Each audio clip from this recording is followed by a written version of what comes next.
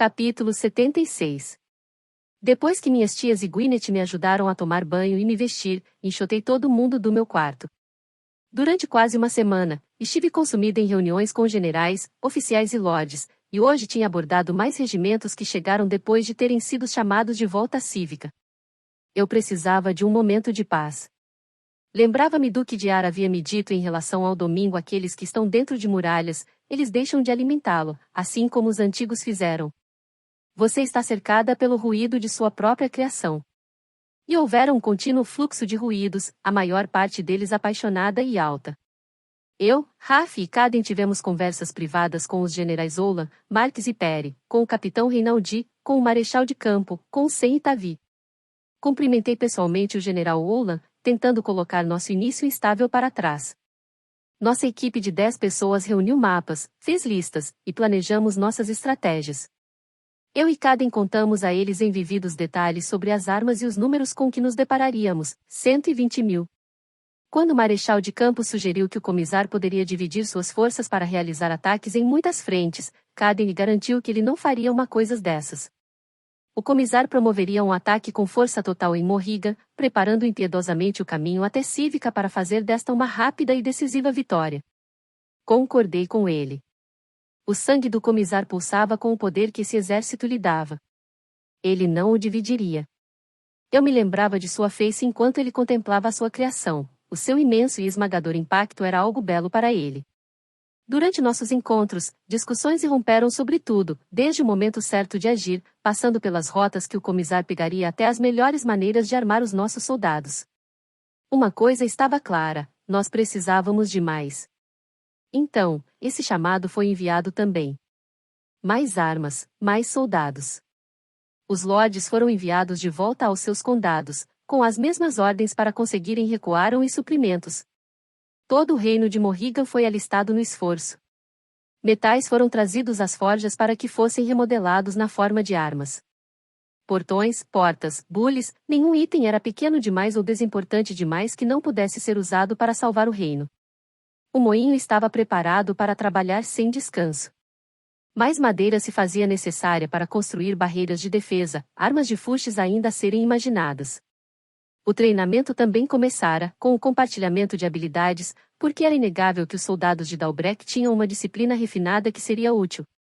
A princípio, isso causava irritação e amargura nos oficiais, o prospecto do regimento de 100 soldados de Raf treinando tropas morriguesas, mas eu acabei com esse argumento, deixando claro que o orgulho não deveria ser obstáculo à nossa sobrevivência, e Raf também atenuou as coisas pedindo conselhos deles.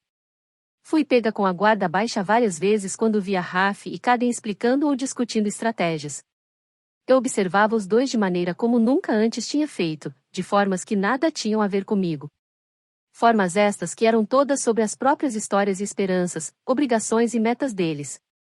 Eu observava Caden, que evitava de forma habilidosa perguntas sobre o futuro de Venda até mesmo enquanto tramava fortalecer Morrigan. Algumas de nossas batalhas teriam de ser travadas depois. Eles ainda o chamavam de assassino, não de uma forma depreciativa, e sim quase como um distintivo de honra pelo fato de que um cidadão morriguês tivesse se infiltrado nos escalões inimigos e retornava agora a Morrigan com seus próprios segredos vendanos. Conforme os dias passavam, reuniões se prolongavam, e as tensões iam às alturas. Percebi que a maioria dos acessos não era relacionada a orgulho tanto quanto no início do entendimento e da percepção da luta monumental que tínhamos à nossa frente. Eles entendiam isso plenamente, inclusive o general Ola, e todo mundo procurava respostas que não eram fáceis de encontrar. Com um exército de 30.000 homens, ainda espalhados pelo reino, derrotaria um exército de 120.000 que era mais forte e armado com armas letais? No entanto, nós vivíamos encontrando uma resposta. Quando sacávamos mapas e os desenrolávamos pela mesa, eu tentava ler a mente do comissário. Eu olhava para as estradas, as colinas, para os vales e para as muralhas que cercavam Cívica. As linhas e os marcos viravam um botão, e alguma coisa fraca batia de leve no meu externo. Os detalhes das nossas reuniões giravam sempre na minha cabeça. Era difícil bloquear os ruídos, mas eu sabia que precisava usar outras forças também, um conhecimento que ajudaria a nos guiar, porque as minhas dúvidas em relação a todas as nossas estratégias estavam crescendo, e cada dia ficava mais tensa com a preocupação com os meus irmãos e seus esquadrões. Abri a janela com tudo, o ar fresco da noite fazendo a minha face tremer, e rezei, para um deus ou para os 4 deuses, eu não tinha certeza. Havia tanta coisa que eu não sabia, mas tinha certeza de que não aguentaria perder outros irmãos. Não houve qualquer resposta deles, mas Raf já tinha me dito que isso aconteceria. Ou eles viriam, ou não viriam. Eu tinha que ter esperanças e confiar que a mensagem tivesse chegado até lá a tempo. Tragam-nos para casa, eu implorava aos deuses. E então falei para os meus irmãos, tal como as palavras de Walter chegaram até mim. Tomem cuidado, meus irmãos. Tomem cuidado. Fiquei com o olhar fixo, observando Cívica, com as memórias noturnas silenciando-se, uma fraca canção ainda prendendo ao ar. Que assim seja para todos sempre. Para todos sempre. Uma cidade escura, exceto pelas janelas reluzindo douradas, observando a noite. A paz foi se assentando, refeições estavam sendo preparadas, ondas de fumaça saindo das chaminés. Então a paz foi perturbada. Sons subiam, arrastando-se pelas minhas costas. Sons que não pertenciam ao mundo do lado de fora da minha janela. O esmagar de pedras. O sibilar de um riacho. Um uivo fúnebre. Fervor, Geselia, fervor. Meu coração ficou acelerado. Eu senti a respiração do comisar no meu pescoço, o dedo dele tracejando o cava no meu ombro.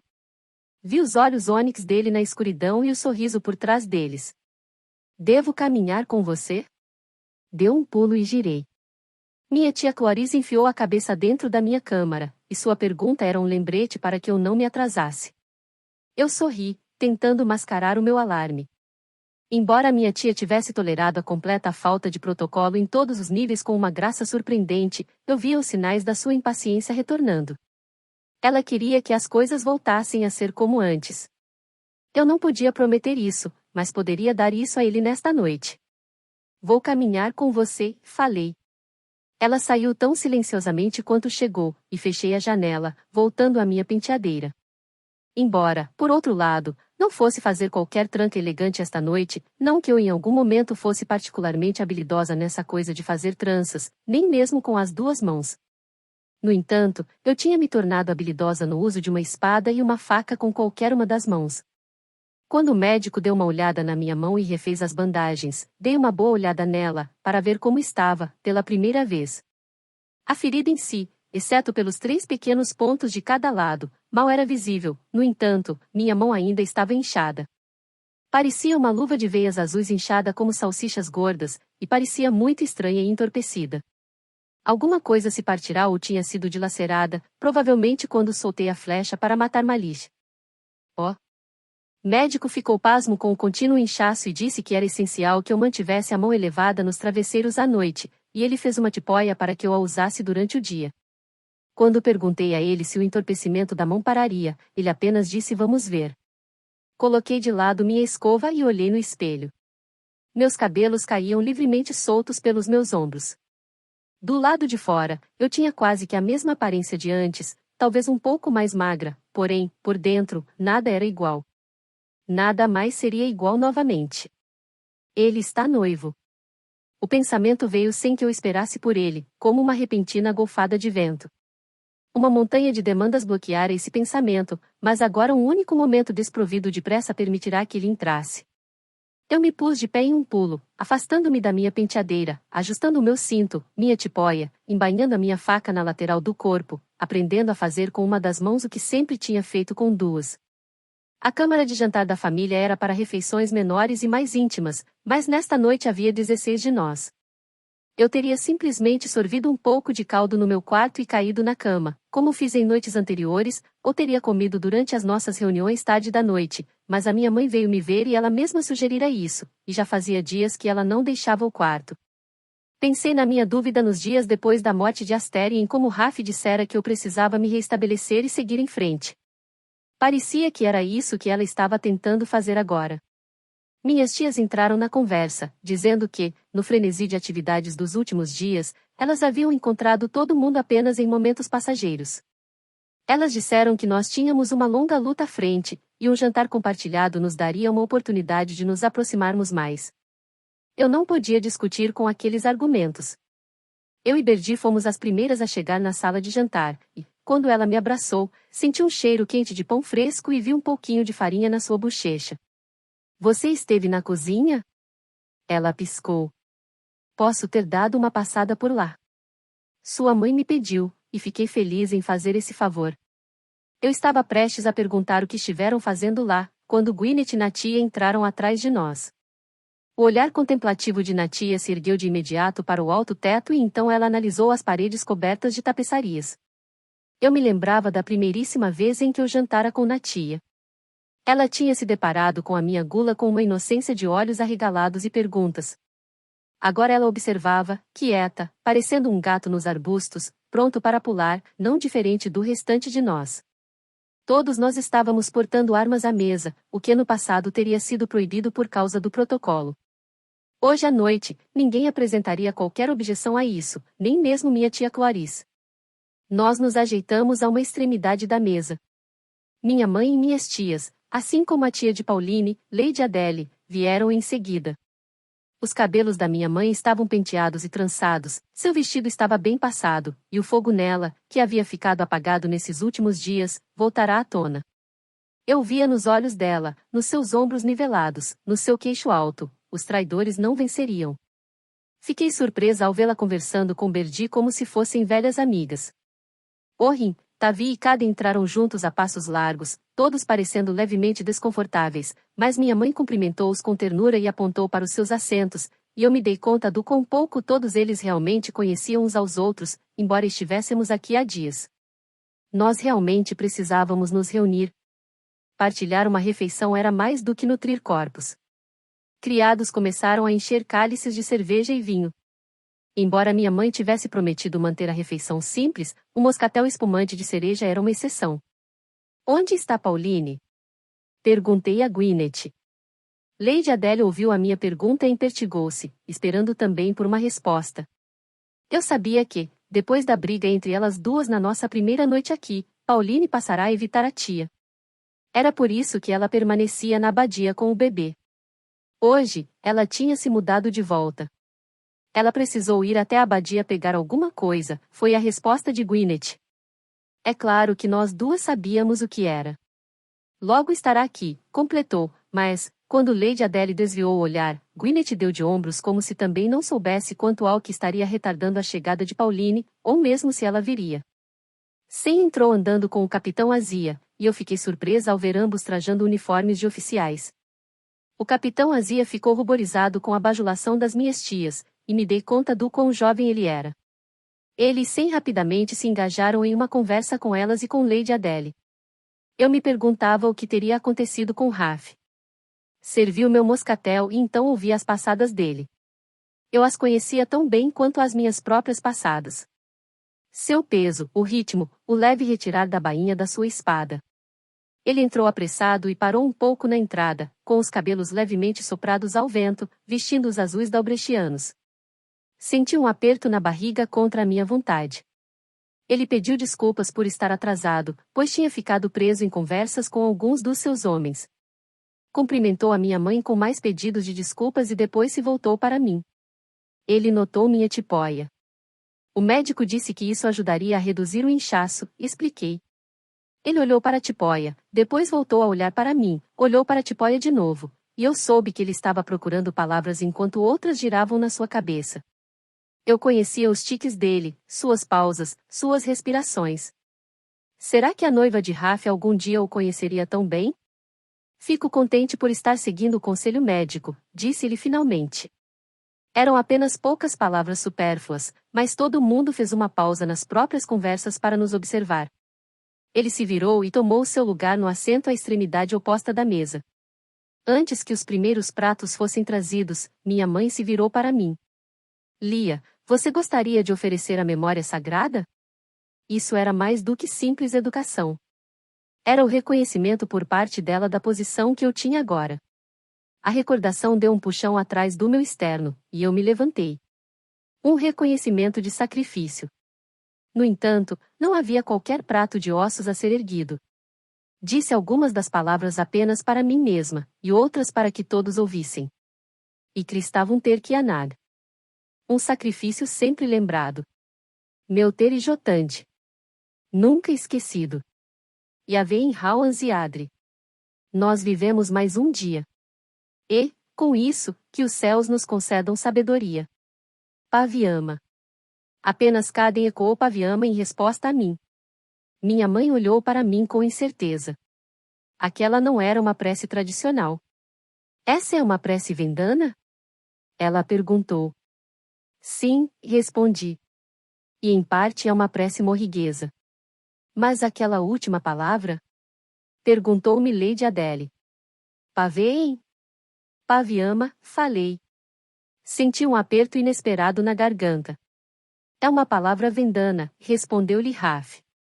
Ela pode significar muitas coisas, dependendo de como é dita. Amizade, perdão, amor. Conhece o idioma, Vossa Majestade? Perguntou-lhe minha mãe. Ele manteve os olhos desviados dos meus. Não tão bem quanto a princesa e, é claro, Caden, mas sei o bastante para me virar. O olhar contemplativo da minha mãe voltou-se para Caden e depois para mim. Eu vi a preocupação nos olhos dela. Um idioma vendano, um assassino vendano sentado à nossa mesa, uma prece vendana e a resposta somente de Caden a ela. Eu e ele partilhávamos mais do que apenas a fuga de venda. Sem pareceu notar a pausa da minha mãe e se lançou na conversa, falando sobre como ele aprenderá vendano depois de ficar prisioneiro em uma mina durante 2 anos com um companheiro chamado Falgris. Um homem que era um animal, mas que me ajudou a sobreviver. Ele entreteve todo mundo com uma história pitoresca, e fiquei grata a ele por tirar a atenção de mim. Minhas tias estavam enfeitiçadas pelo relato cheio de coragem da fuga de Sem. Tavi revirava os olhos como se ele já tivesse ouvido aquela história antes muitas vezes. O primeiro prato foi servido, bolinhas de queijo. Comida para confortar as pessoas. Ergui o olhar para minha mãe, e ela sorriu. Era isso que ela servia sempre quando eu e meus irmãos não estávamos no sentido bem. Fiquei grata porque ela não tinha exagerado para impressionar outro rei Jackson. Em vista de tudo o que acontecerá, um jantar simples parecia o mais apropriado. Quando a minha mãe fez perguntas sobre os Valsprey, Sem disse a ela que com certeza a mensagem tinha chegado ao posto avançado, mas que não teríamos nenhuma resposta. Ele explicou que se tratava de uma mensagem apenas de ida, em que tínhamos que depositar nossas esperanças. Então manteremos essa esperança, afirmou minha tia Bernete, e seremos gratos a todos vocês por provê-la. Minha mãe ergueu a taça e ofereceu um brinde a Raf, aos seus soldados, aos Valsprey e até mesmo ao coronel que receberia a mensagem e ajudaria os filhos dela. Seguiu-se um encontro de brindes, circulando a mesa e oferecendo gratidão a todos os presentes que ajudaram a desmascarar a conspiração. Meu peito ficava mais quente com tantos goles do moscatel, e uma criada pôs-se a encher de novo meu cálice. E a você, Caden, disse a minha mãe. Eu sinto muitíssimo pela forma como foi traído pelos seus, e sou duplamente grata por estar nos ajudando agora. Um filho morriguês de volta ao lar, disse minha tia Clarice, erguendo a taça. Observei enquanto Caden se contorcia com isso de presumirem que ele não era mais vendano, mas ele assentiu, tentando aceitar o reconhecimento com graça. Ergui minha taça, tentando tirar a atenção dele. Cabeças voltaram-se na minha direção enquanto todo mundo esperava para ouvir a quem ou ao que eu brindaria. Olhei para Raf. Era como se ele soubesse o que eu ia dizer antes de mim. O azul gélido dos seus olhos perdurava os meus. Nós tínhamos que deixar isso para trás.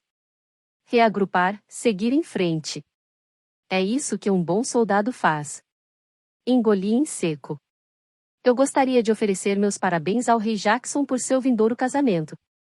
Ao rei e à sua noiva, desejo-lhes uma longa e muita feliz vida juntos. Raf não se mexeu, não assentiu e nada disse. Sem ergueu a taça e deu uma cotovelada em Tavi para que ele fizesse o mesmo, e logo se seguiu uma onda de votos de felicidade pela mesa. Raf virou o restante do vinho e disse um obrigado baixinhos. De repente, parecia que havia areia na minha garganta, e eu me dei conta de que eu não lhes desejava bem algum e que me sentia pequena e mesquinha, e a dor crescia no meu peito. Virei a minha bebida, secando o cálice.